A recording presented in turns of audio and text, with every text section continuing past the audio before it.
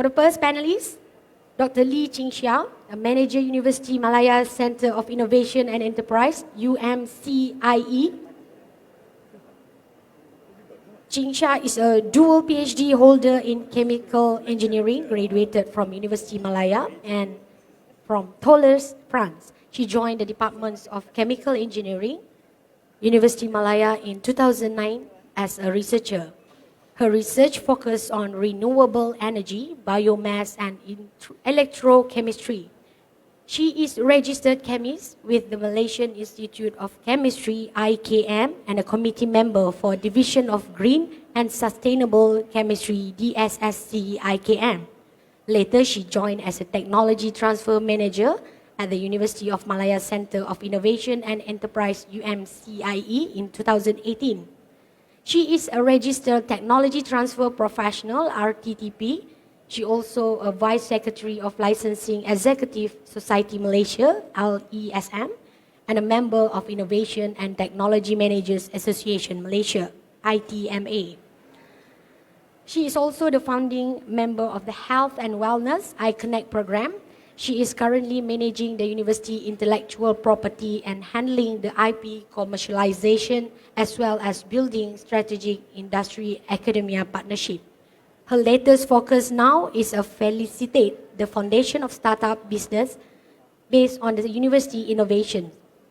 She has successfully closed 37 deals in IP licensing and outright purchase with total value of 7.7 million. Facilitated in coaching 28 university startups and handle more than 50 industry academy partnerships. Give a big round of applause. Next, I would like to invite our second panelist for today's topic, Mr. Roydin Osman, the Vice President, Innovation and Commercialization from Taylor's University. Mr. Roydin Osman is currently a Vice President of Innovation and Commercialization at Taylor's University, Malaysia. He is leading University Technology Transfer Office operation to commercialize applied research outcome to the marketplace. He has over 20 years of previous experience in domain area of commercialization, venture capital, technology strategy, investment, and portfolio management combined. By training, he started his early careerhood as a software engineer and employed mostly in public listed telecommunication company in the US of America. He is an MBOT professional technologist with an MBA in venture capital from University Technology Malaysia and a Bachelor of Science in Computer Science from Oklahoma City University, USA. Now I invite the third panelist, Mr. Raffel Chance, CEO of Global Innovation Technology Platform, focusing on technology transfer, tech licensing, IP services, IP exchange, international business establishment, and tech commercialization. Successfully facilitated up to 5 tech startups for commercialization in China with a worth of 20 million and 3 technology commercialization in Indonesia. Mr. Raffel Chance managed the development of implementation of technology transfer initiative of GITP, oversees the organization of strategic partnership and alliances, and maintains knowledge of relevant tech industries with other tech agencies, tech organizations, and non-government organizations across the globe. Over to you, Mr. Udesh, to start the session. Thank you. Thank you. Thank you so much. A round of applause for our Miss Ida, our Master of Ceremony this morning. Wow. I'm just very amazed. You want to know why? Because just during the breakfast, I saw the whole hall full, and all of a sudden it's missing. Everybody just dispersed. Okay, anyway, we are going to start the first panel session of this morning, happening here at SRIE, the Selangor R&D and Innovation Conference 2022, happening at KLCC. Are you all excited?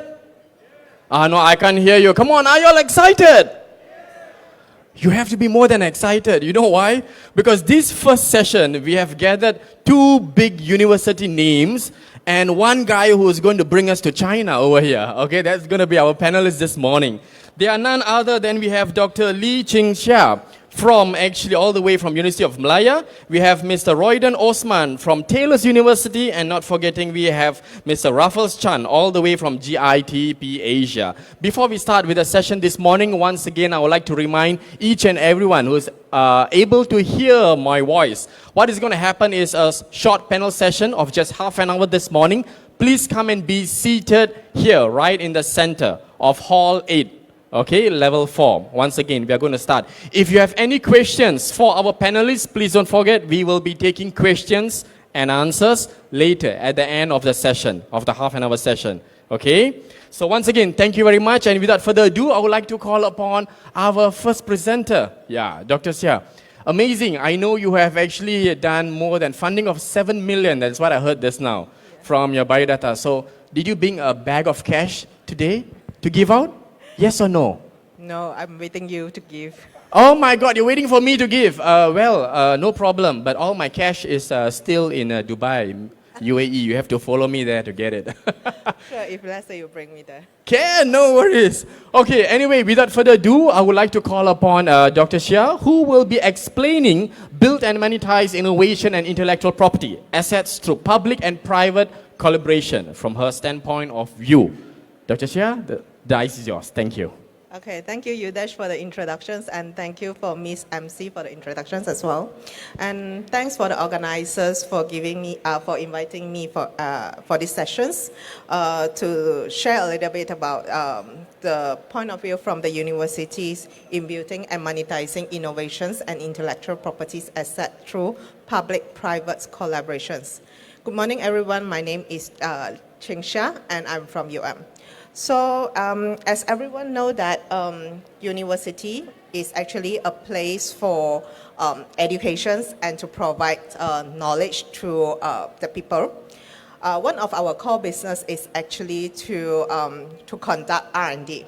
And you know that the R&D is a process that actually transformations by using the money into knowledge. And from the industry point of view, it's like the industry role is actually they transfer the innovations into money. However, often that the input of the money for the research and the outputs for the monies from the innovations is actually not equivalent. Why it is so hard for the innovations to turn it into a wealth? There are actually a lot of obstacles during the R&D stage in the universities and also the industry. For example, in the universities, most of the R&D that conduct in the university are more to technology push. What does it mean? It means that the researchers that normally conduct their R&D is based on their understandings on what the industry actually needs and also what the society needs. But then it is hardly that normally they are not a market-driven research, and this maybe is not something that the market needs. And also most common the problems that facing by the university is all the prototypes or proof of concept that carry out the research findings from the university are more to lab scale. And also they are maybe maximum can be up to the lab pilot scale, meaning that they cannot run in the actual environment context, whereby, for example, if let's say I have an R&D in the lab, but then I could not do it to experiment it in the actual test bed, like for example in the factory, because we have lack of that capacities in the universities. And another important issue is the fundings. In order to scale up the things from the lab to the pilot to the actual environments, it might need a lot of fundings. And then from the industry wise, what are the challenges when they are doing on R&D is mainly is high development costs. If let's say they want to start from the scratch to do the R&D, and then it involves a lot of investments and also lack of experience and expertise inside that particular area, and they don't know where to start and how to start. So obviously, you can see from here that the university and the industry, they can actually complement each other. For example, the university, what they need is the market information and also the test bed for the actual environments. So obviously, the industry can actually complement the universities by providing the market information to the universities and also the actual environment test bed for the universities. And what the industry need actually is the resources from the university, for example, the technology and also the expertise. So obviously, they can get it from the university easily. So from here, you can see that if, let's say, the collaborations between the universities and also the industry, we can have a very good partnerships, then it can actually fill up the gap in between the universities and also the industry. So in order to push the technology out to the market from the lab. So actually our universities are quite supportive in fostering the industry academia partnership. And a lot of good initiatives is currently running by the universities to assist for the industry academia partnerships and also tech transfer activities. Because university is currently embarking on a transformations journey to elevate the university's academic and also intellectual excellence. We aim not to be the ivory tower, but we actively want to work toward to solve the real world issues. So here are some of the initiatives that are currently running by the universities, but not to mention all.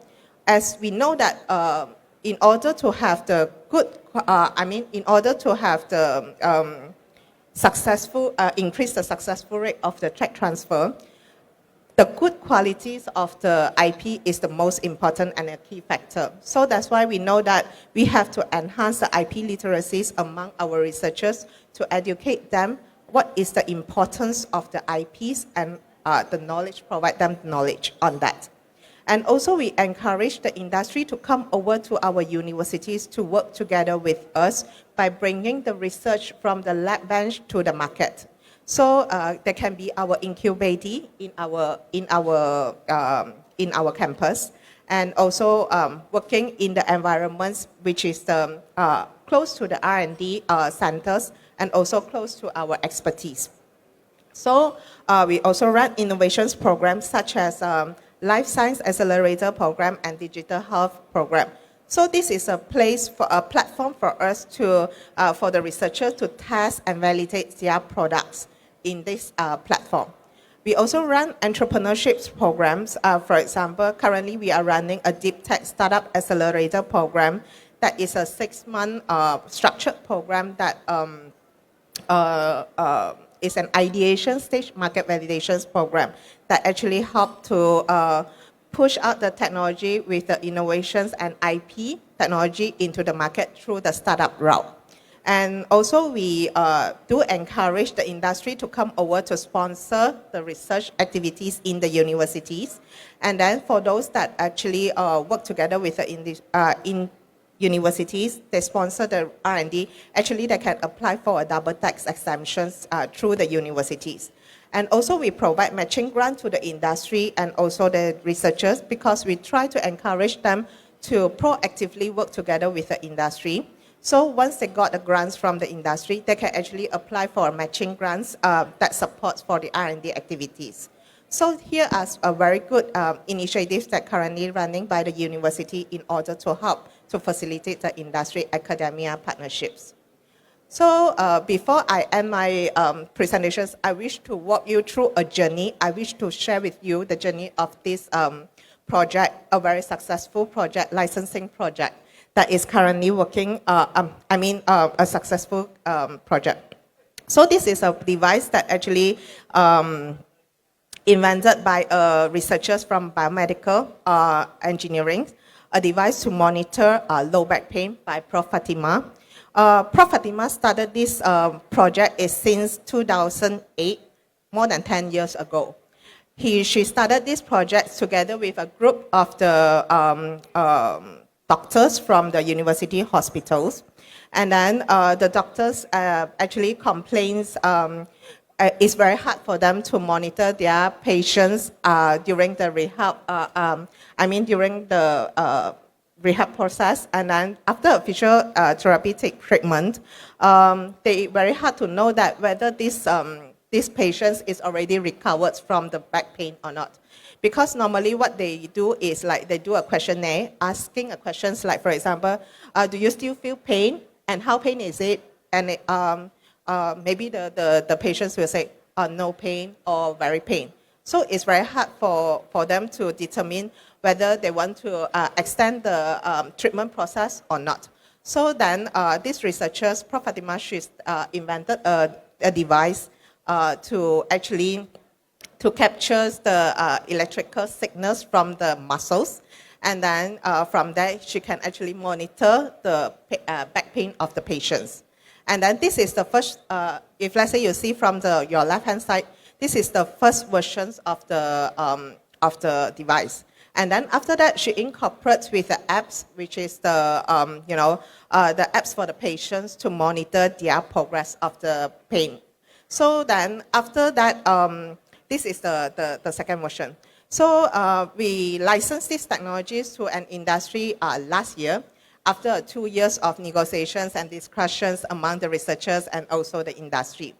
And then after we license these technologies, and then they start to do a massive market validations and understand that the pain point is like, this device is like too many wirings and it's too complicated for the patients to conduct, to monitor, to analyze their back pain issues.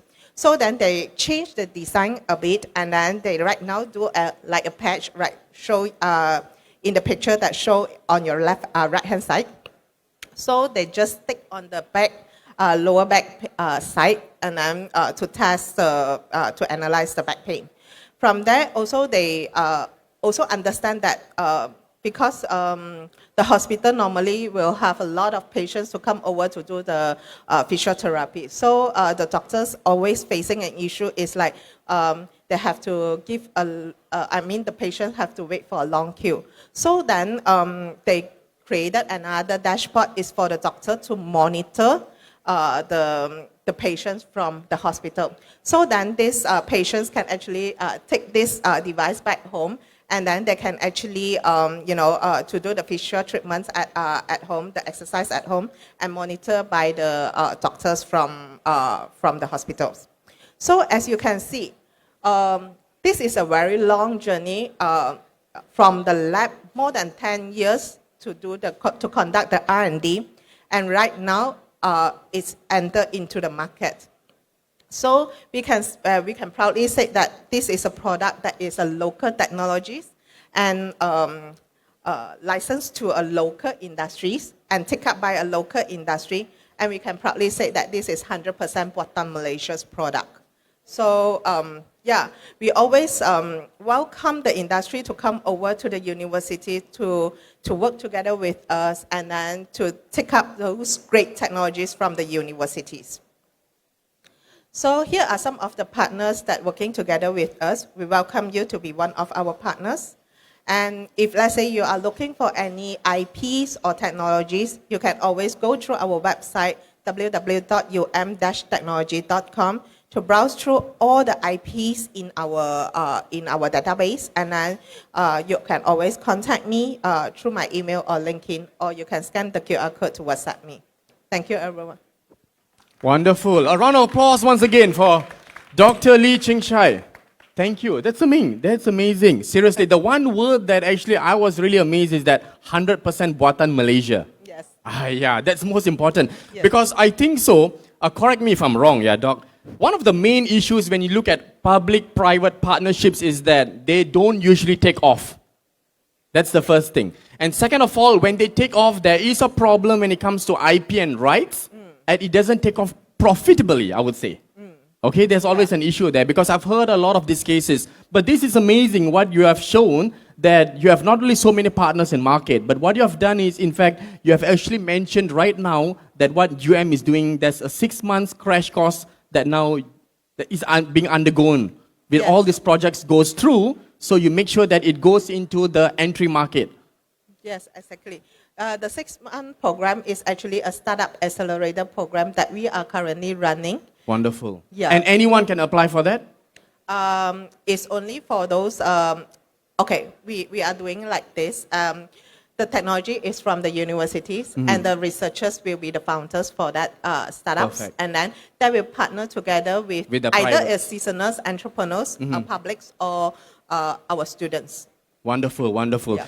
In fact, this is great. If you have any questions, by the way, we are going to open up for questions and answers later towards the end of the session. And we have a lot of people coming in fact, online, because this is a hybrid session, by the way. We are also streaming this live on our Facebook as well. So, Doctor, I will get back to you with all the questions, Sure. okay? Yeah. Once again, a round of applause for Dr. Lee from UM. Thank you.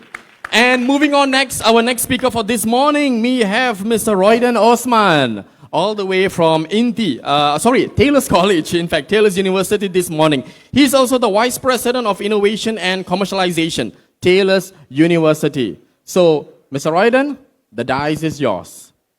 Hello. Hello. Okay, perfect. Okay, thank you, Udesh. Welcome. And my utmost gratitude to the organizer for having me here in today's session. Okay, at Taylor University, we are not like UM, we are still a young university. And as all of you know, Taylor Education Group was established in 1969, where we first kicked off our Taylor's College. Then along the way, since 1969, in 2010, we was awarded the university status. So Taylor University status exists where we monitor applied research and convert the applied research to intellectual properties and work it out in terms of products and development towards commercialization, or we call it market entry. Yeah? So our vision is basically always, in our mind, it's always the industry, it's always the economy. So we are linking great innovation to partners. So what we mean by partner here is the industry, public or private. So because we are private universities, we have to do a lot of bootstrapping in our university management in order to go to the market faster, to upgrade our silver based on the current and future emerging trends. And just like UM, the entrepreneurship program, we also have our bachelor in entrepreneurship, technology entrepreneurship, where we don't just teach theory, but we get the students to run, to develop the IP from a researcher and turn it into a products or services. And at the end of the day, they will be developing business plans during that period of 2 years bachelor degree, 3 years bachelor degree, and also pitching to real investors and pitching to real companies. So this is not like pitching to classmate and all. So we'll, for your information, we host Techstar. If you know Techstar, so we host Techstar once a year at our university, and they will also have the opportunity to pitch to Techstar investors, which is angel investors or venture capital, wherever the judges are. Yeah. So our core business is identifying and assignment of new technologies from our research. We do technology screening, protecting technologies, and marketing, innovation, and licensing. So this is some of the stuff that we do as a core business. So when I joined Taylor, I had to restructure the whole the university innovation ecosystem. So this is how the university ecosystem looks like right now, where we have the schools, which give birth to concepts, intellectual properties, solutioning for the industries. We also have our research infrastructures. We have a lot of labs, robotic labs, AI labs. Recently, we launched a Vortex lab. A Vortex lab is an extended reality, XR, AR, virtual reality type of lab that would be able to help the industry develop Metaverse on blockchain platform and also do digital twinning. So we are working with a highway concession on trying to work out on the digital twinning of highway where, for example, like Plus Highway, if we do digital twinning on the highway, we would be able to troubleshoot the highway through virtual reality, meaning that if there's something wrong with the highway in Kedah or Penang, we do not have to go there. We have our sensors, IoTs, and all those stuff, and we'll be able to troubleshoot right from the command center. So those are some of the digital twinning that we we are working with the industry. Apart from that, next week or the week after, we will be launching 13 sustainable development impact labs. This is a module that is adopted, some sort of like Stanford University. So we will be focusing on sustainable development goals, impact labs that focuses on certain areas, which is aligned to the national MySTIE and also the United Nations SDGs. Yeah. So those are the research infrastructures. And if you see at the bottom there, the industry partnerships, this is where we always stress on industry partnerships, because when we bring the boardroom environment to the classroom. That's our strategy. That's how we run our academics. It's not just theory, but we bring real boardroom people, real board of directors to go into the classroom and teach our business students, our medical doctors, and our researchers in a nutshell. So we always collaborate with industries like Unilevers and few other local and international industries, and also some potential public listed companies. Yeah. Apart from that industry partnership, we have the TTO, which I manage. We do policy development, technology strategy, innovation management, IPR. I noticed not all university has a makerspace. This makerspace is actually design thinking and fabrication makerspace, because it is important for a university to have. Because when a student, a researcher have an idea in their mind, how do they translate the idea into a real tangible products? So we have our expertise in the makerspace where we can translate that idea in their mind into some kind of products. If it's not perfect, it will be in a tangible form where we can perfect it in terms of product features and stuff like that. So we have the makerspace in our campus, and a lot of students who enroll in Taylor's, they love to use this facility, because apart from translating idea, they can also do their own stuff. So we open the makerspace up to 11, 12 o'clock at night. So we give the freedom to the university to do what they want with our supervision, because there's a lot of heavy materials like, you know, saw and woodworks, 3D printing and stuff like that. Yeah. The another component of the ecosystem is BizPod. BizPod is actually a business accelerator in Taylor's University where we nurture. So once they have an idea, they go to the makerspace and come up with a tangible product, right? So normally researchers, they don't really think on how to generate revenue or generate income or turn it into some kind of business opportunity. So this is where the makerspace will go out into the industry, source some kind of alpha, beta partners to work on the product features that suits the market needs of the current and the future trends.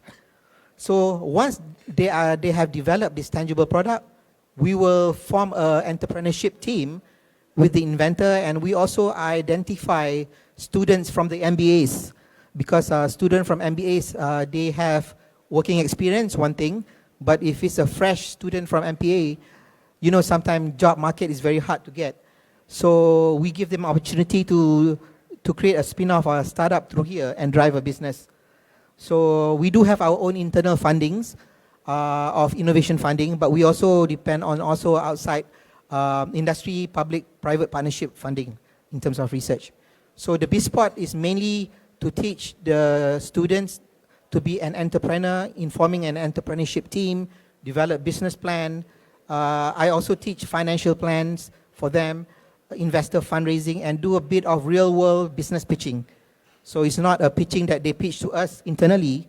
We'll get investor, and they will pitch from time to time in front of the investor. And they do get heavy criticism, but of course they are new, so they have to be open-minded about it sometimes. Yeah. So this is the ecosystem, innovation ecosystem in Taylor University that we have, and we are happy to work with any of the public or private university in taking your products or developing and enhancing your product for your business benefits. For us, it's all about conversion rate from research to commercialization. But for the business, it's about refining and improving your product so you can be more competitive in the market. And we would love to help you in this aspect also. Yeah. Oh, sorry. How do I? Okay, a case study. How do we monetize intellectual property asset? Because intellectual property, how to monetize? There's a lot of ways to monetize. One is through licensing of intellectual properties. One is creating partnerships to work on co-product development. One is to transfer the IP into a startup, or the university themselves can set up a spin-off where we will be on board as a board of director of that spin-off or the new startups. So basically my favorite strategy is to partner co-development with the industry, because we have a strong robotics, computer science, AI faculty. We have a strong biomedical medical school, you know, and how we develop the research is through multidisciplinary. We do not, through our impact labs, we inculcate a culture of innovation by multidisciplinary, meaning that if a social science student come up with a brilliant idea for a project, let's say, for example, a mobile apps, right? It's in their mind, is their concept on paper. Let's say they come up with a mobile application called Gas Up. Gas Up is an application where you consolidate all the cooking gas player in the industry and consolidate them into a centralized database, use the mobile apps. So when you, as a restaurant or when you a household at home, when you run out of gas, you just use this Gas Up application and order gas. So they will send the gas to your home. Yeah. So sometimes the social science, they think of this kind of idea, but what about developing the applications? What about engineering it or doing a software development? They don't have this expertise. So what we do is we combine computer science with the social science student to come up with a real tangible asset to commercialize this. So this is one portion. But what I'm showing you on the slide is, for example, an industry, we identify an industry partner. This is an industry partner working on vaccine. Yeah. So we identify an industry partner who will fund or provide grants to the project, who knows the market knowledge, who has a product development pipeline. What we do in our side is we venture in terms of research and development know-how. We also provide our expertise and also the infrastructure. Because in Malaysia, I think small, medium enterprise comprise of about maybe 95% of the whole, you know, the whole landscape. And 5% is more on, you know, GLCs and all these, you know, MNCs and stuff like that.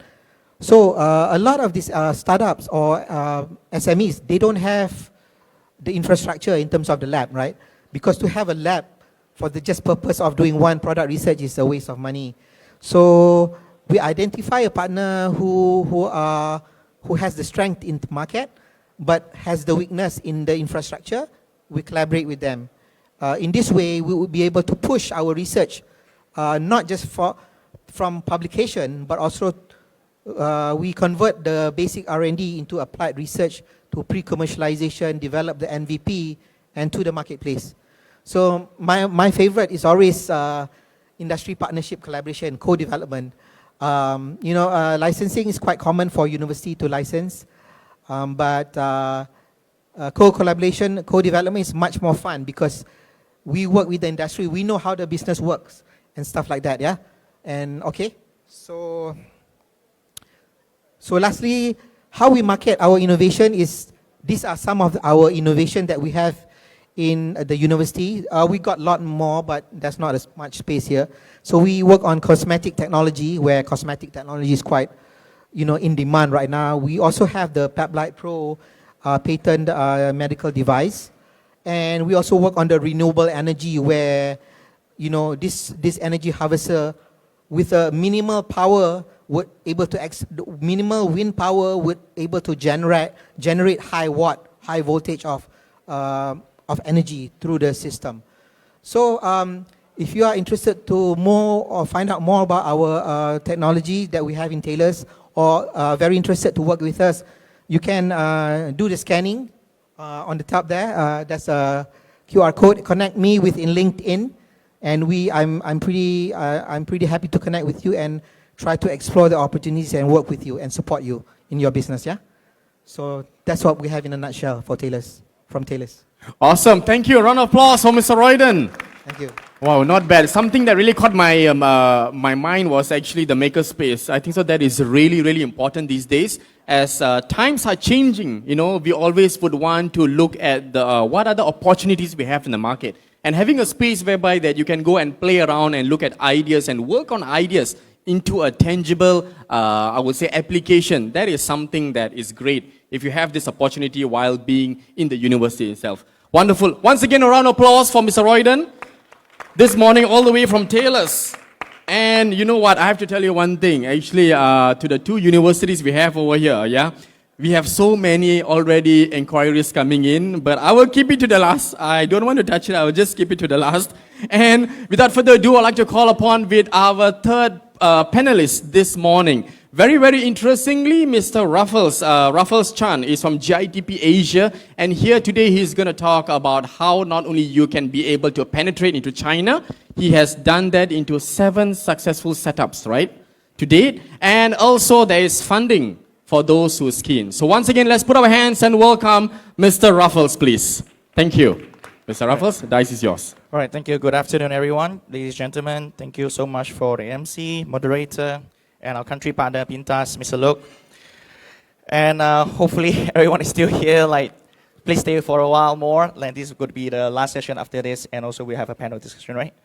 Okay, so before I begin, any one of you, I want to ask, like, any of you like connected or relevant with any startup, technologies, SMEs?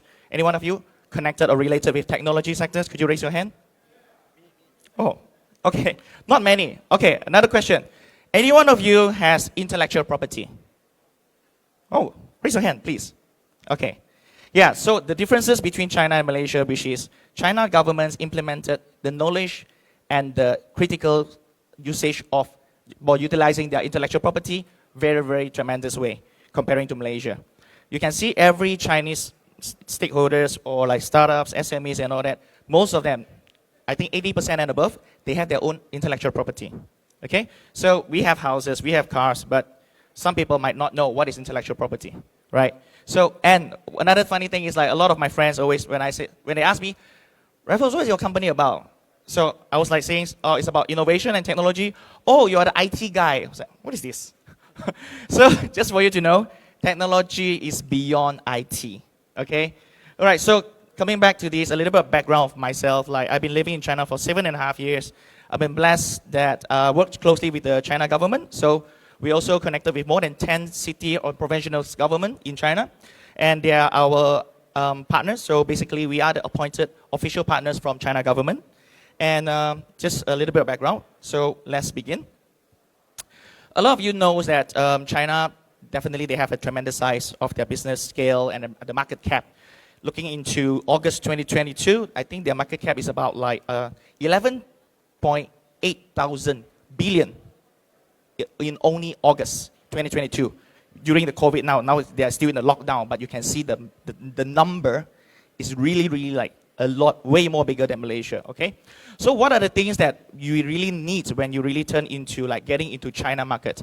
Okay, another question is, how many of you never been to China? Could you please raise your hand? Oh, okay, a few. Yeah, China, just for you to know, China has been transformed for digitalizations for more than a decade, and everything is very advanced. They are watching you everywhere you are. So some people say like, oh, you have no privacy, but it's okay as long as you don't against the law, isn't it? Okay, anyway, coming back to the functions in China for this business, looking into their local infrastructures, looking into the knowledge and the local experts, there are still barriers. There's still opportunities for Malaysian, we are still more international. Okay, in terms of like the mindset and everything, we are still like half Western, half Eastern. So there are a lot of opportunities, and Malaysia are always welcoming as well, friendly. So as China do. So China actually, they are already opening, they are always open for the market. But the thing is like, they are very developed. The entry level for China is very, very high. Hence, you really need to know what are your focus. If you're talking about, I want to start a technology business, when people ask you, which industry, what are your solutions? What are the impact you're going to drive? Your answer is that, I don't know, then don't try. Okay, you got to fail. You're going to fail big. So it's better that you look for the solution, try to, through the solution, build something and overcoming it by facilitating it or like supporting it, right? The entire infrastructures and so on. So conducting the background is very important. For example, if you're talking about you want to build something for the water treatment, but you need to know the in-depth market analysis about the water treatment in your current place first. I'm not talking about Malaysia, I'm talking about your living area. Okay? Or maybe furthermore, goes up, up, up, and up. You really need to understand what are the things that needed in the market. Okay? The demands is really important. Secondly, the financial planning. A lot of startups, they fail. Why? Because they thought like, oh, I'm going to raise fund.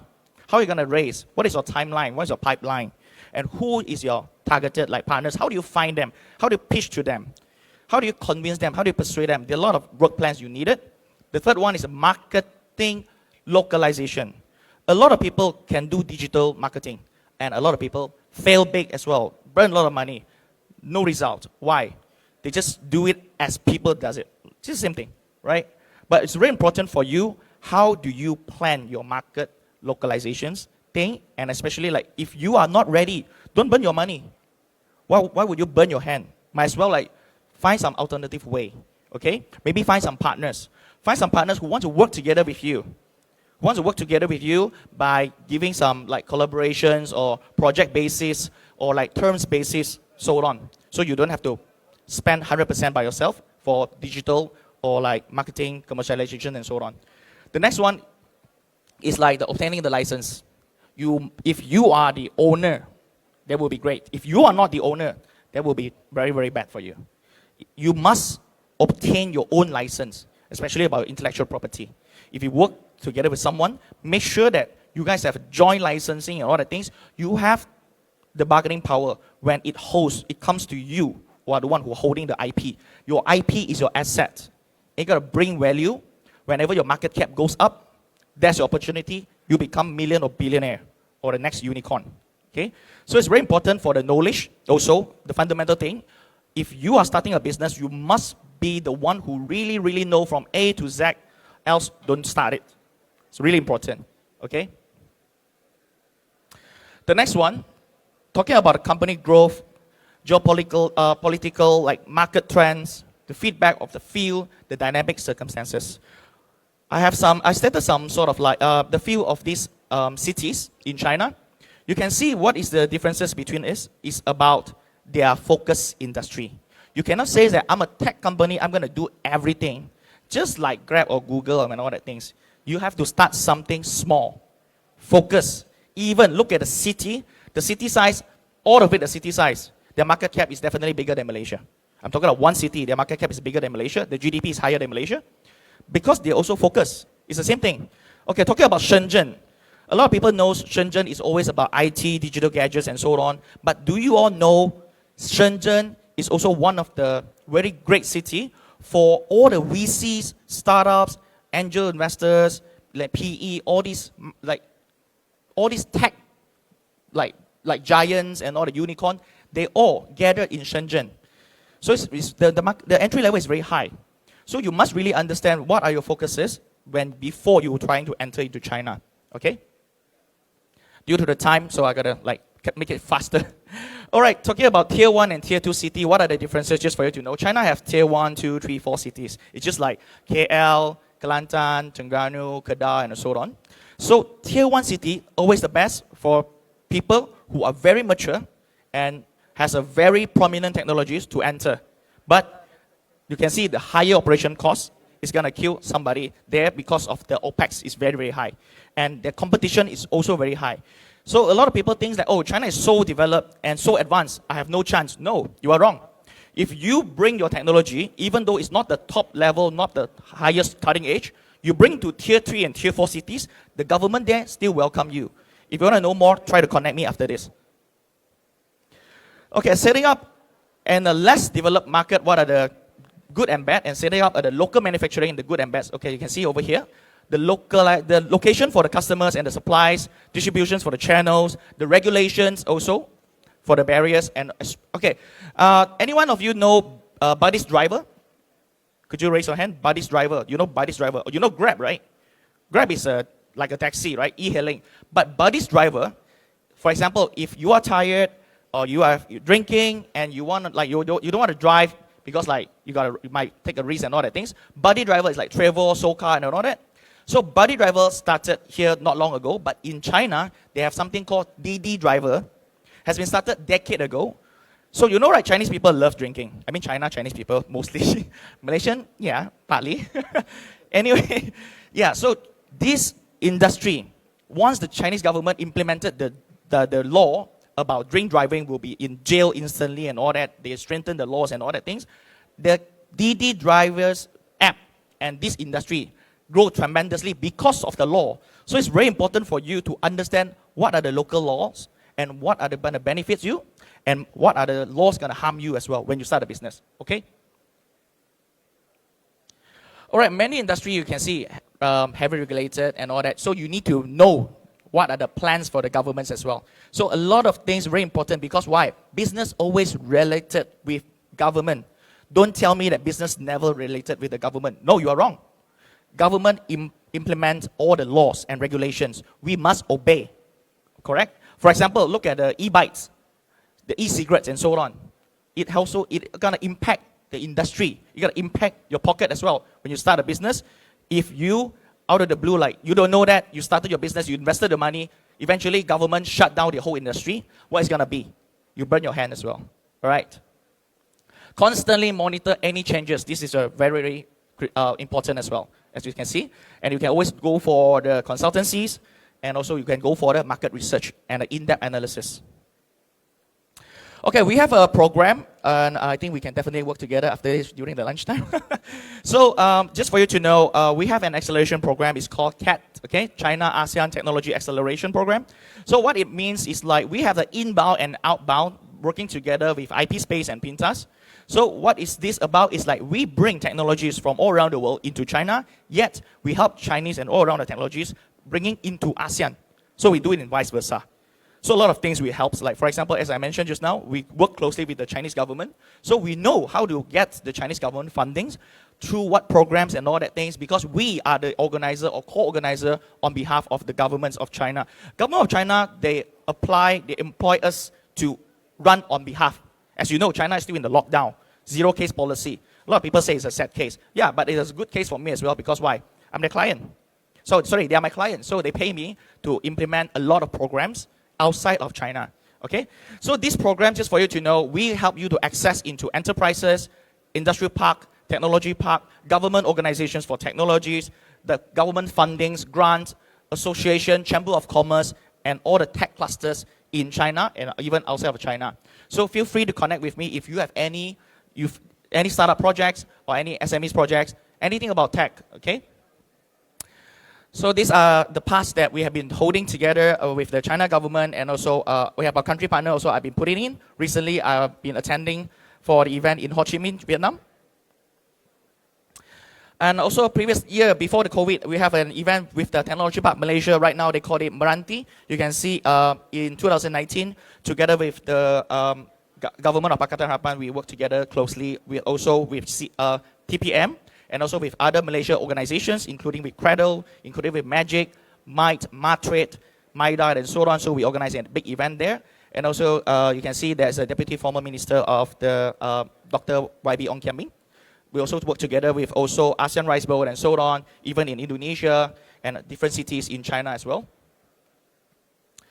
So just for you to know, we have 6 offices in China, and 1 in Singapore, 1 in Malaysia, and 1 in Indonesia. So we work very closely with all these tech clusters, organizations, with a look together with all these government and enterprises. So one of the programs I want to mention today is that we are implementing this AI technologies program. It's called SME Innovation Entrepreneurship Global Contest for ASEAN plus Japan plus Korea. If any one of you on stage or anyone who are listening, you are holding AI technology related or relevant sectors or industry technology, feel free to sign up, completely free. Scan the QR code, sign up, get the first chance to enter about China market. To know more, you can scan code, and you can come to me also after this. And also the closing date is on the 11th November, 100% free of charge, and everything is online. You can get the access of funding, you can get the access of meeting with the VC, PE, angel investors, and all the governments in China, okay? So that's all from me, and thank you so much for listening. Wonderful. Thank you so much. A round of applause for Mr. Ruffles. Wow, I think so they're going to sell like hotcakes, right? Because everyone is going to catch the three of them. You have funding and access into China. You have places how to go and be an entrepreneur. You have also universities where you can get grants and everything. But without further ado, I'm going to come up with, there's so many burning questions, but please bear with me, okay? If you all have questions, once again, there are actually our standees waiting. There are two people who's having our cordless mics as well. Just put up your hand and they will come to you. But I have questions which is coming online for Dr. Lee, all the way from okay? The first question is this: can you please share more about the startup program that is currently running by TTO? Okay, what are the success stories that you could share with us about this program? Very briefly, please, very briefly, yeah. Sure. Like just now, thanks for the questions. Like just now what Roy said that actually IP commercializations can be through a few routes, right? What is the conventions way is IP licensing and also IP assignments. And then one of our great initiatives that we run last year is like the Startup Accelerator program. So this program is actually a 6-month structured program, like just now I mentioned. It's an ideation state market validations.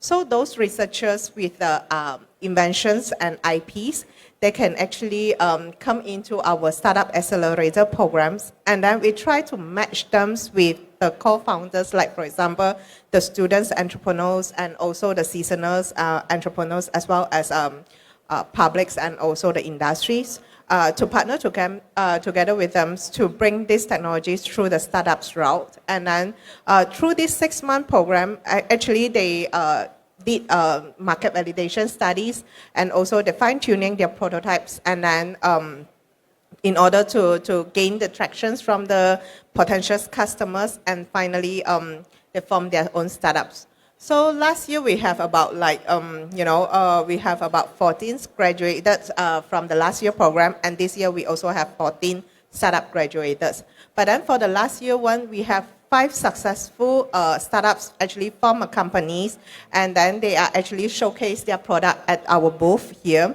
And actually 3 of them got the grants from seed fund from Cradles and also Yayasan Inovasi, and also some of them already started to turn the innovations into revenues.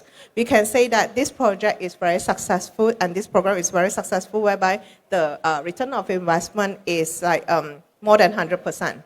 So yeah, the money that invested for the program is actually, the return is more than 100%. Wonderful, wonderful. Thank you. Other than that, I have another one coming in. There's a few more, but I'm just putting on a hold first. I'm going to catch the next one, Mr. Royden. The next one is definitely for you. How important are private-public collaborations for tailors in achieving its IP monetization target? Oh my God, this is definitely not from a student. Oh, it's not coming? Thank you, Desh. Wow, that's a tough one. Must be from the private sector. Yes, I'm pretty sure. Okay. Private-public collaboration is very important. As a private university, we are more market-driven. So when we mention market-driven, we want our researchers, our students who are involved in research, focus on the market needs, not just from the theory standpoint of the academic side, but also on the practicality of the economics or social economics. So when we develop certain solution, for say, if they are involved in impact labs, we want them to identify private or public company that needs solutioning. That's how important it is to us, because at the end of the day, when we deliver the research, it must be of some kind of impact, high impact, or it must be some kind of acceptance to the market where they will utilize our research for their own product purposes or for on their services. We do not we do not just want them to just develop, do publication and win awards and put it on the shelf, but we want their publication to be translated into products or services. So that's how important working with a private and public partnership is for us at Taylor, because we are more a market-driven university, and at the top level, at our top-level management, it is easy to make decision. If we think that it makes sense for us to collaborate with the industry and push the research out, we will do it. We don't have second thoughts about it. We do the valuation. We know the business plans. We will do it. Yeah, we're not going to put them on hold for any reason. Yeah. Understand.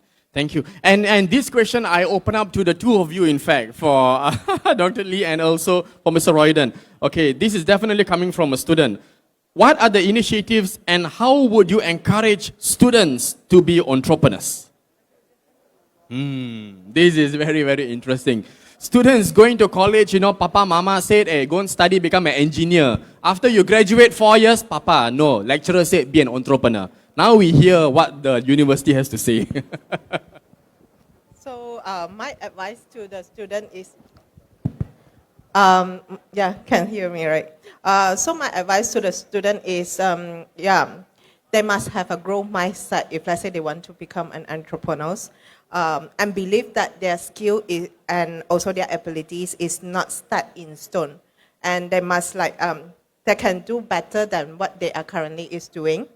And entrepreneurship, for many people maybe misunderstand that entrepreneurship is just like making, it's not just about making money, but then it's actually a mindset, it's a problem-solving skill.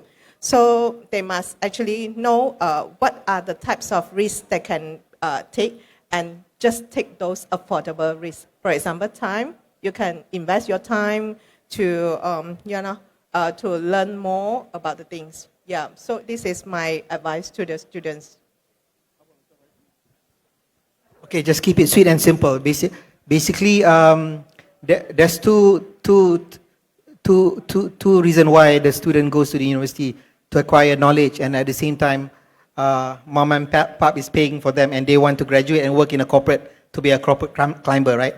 But at the same time, we also teach entrepreneurship and get them involved in real practical entrepreneurship, because, for example, turbulent times like right now in the global economy, where a lot of people are, being out of jobs, and even though they have degrees, they have masters, they have PhDs, it will give them a second option to be an entrepreneur in their field of expertise. So that's the way we look at it. We don't just force them to be an entrepreneur, but we identify if they are have the passion to be an entrepreneur, we will take that talent and push them more. If not, we will not force them, because their mom and pop already say, you work in Khazanah National, you work in Petronas, you work in here and there. So, but we will identify the passion, then we push them to a level of entrepreneurship in Taylor's. Agree. I think so. It's the passion, it's the passion that drives you, where at the end of the day, you're going to end up being. Okay, and with this question, there's another question I would like to open up to Mr. Ruffles. This question is definitely for you. What are the trends in China for upcoming 2022 and 2023?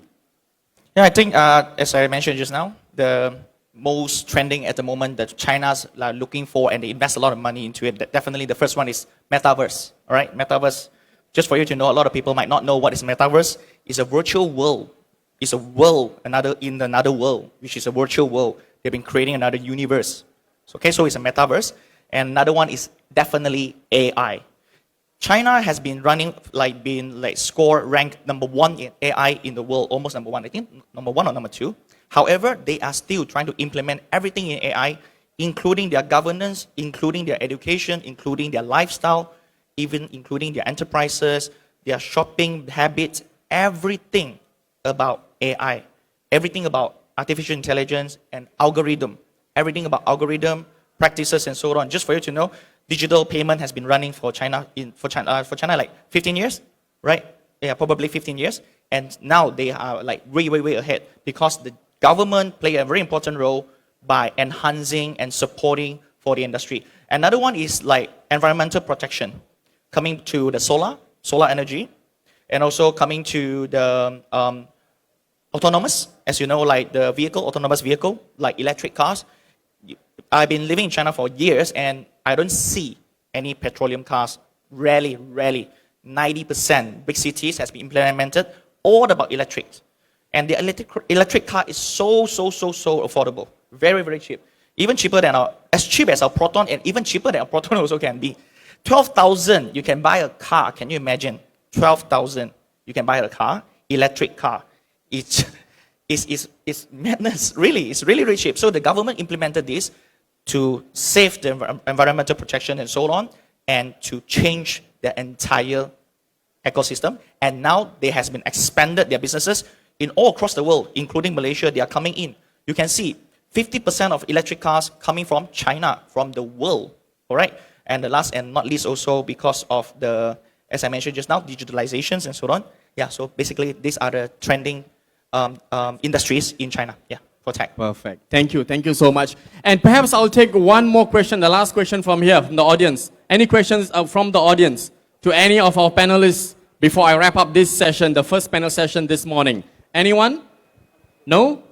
Nothing at all? They're too shy to ask. Oh my God. Okay, no worries. But I will have finally one question for each and everyone. What will be one take-home word or perhaps message for every student that is actually coming out from the university today that you're going to tell them? Since I believe the two of y'all, Dr. Lee, Mr. Royden, you are from a very, I would say that when you call academia, it's a place whereby that people look at it very nobly. You know, it's a place whereby that whether you go there to study, you go there to play, you still treat there as a source of good faith. Okay? So what is the one take-home message you want to give to everyone here today? And also, of course, Mr. Raffles, since you are a young entrepreneur and very successful yourself, what is the take-home message that each and everyone would like to give today to everyone? Who wants to start first? Ladies first. Oops, ladies first. Okay, what I can give to the student is like, be the entrepreneurs. Yeah. Be an entrepreneur. Okay, for me, for tailors, mom and pop and the students, please look at the emerging trends, the economic trends of the future. Because when you look at that, then you would know how to streamline your children's education towards that particular courses that they will be taking in the future. Because this is one of the important things that we always advise the parents. Look at the growth of the area of the economic sector and the domains. Then make a decision on where to park your children. Sometimes they don't know how to make their own, but sometimes that's the role of the mom and dad. Yeah. Start with a goal with a proper plan. Thank you. Once again, a round of applause for our three panelists this morning. Thank you so much.